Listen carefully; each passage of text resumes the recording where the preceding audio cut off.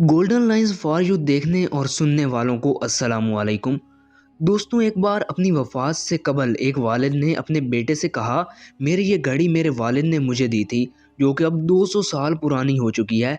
लेकिन इससे पहले कि ये मैं तुम्हें दे दूं, किसी सुनार के पास इसे ले जाओ और उनसे कहो कि मैं इसे बेचना चाहता हूँ। फिर देखो वो इसकी क्या कीमत लगाता है।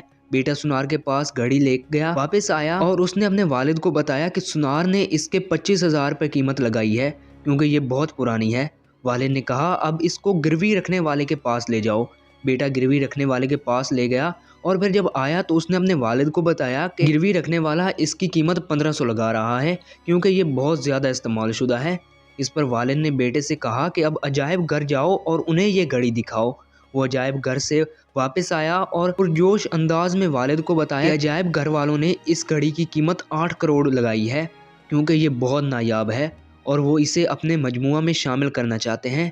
इस पर वालिद ने कहा, मैं तुम्हें सिर्फ ये बताना चाहता हूँ कि सही जगह पर ही तुम्हारी सही कदर होगी। अगर तुम गलत जगह पर बेकदरी किए जाओगे तो गुस्सा मत होना। सिर्फ वही लोग जो तुम्हारी कदर पहचानते हैं वही तुम्हारी कदर करेंगे।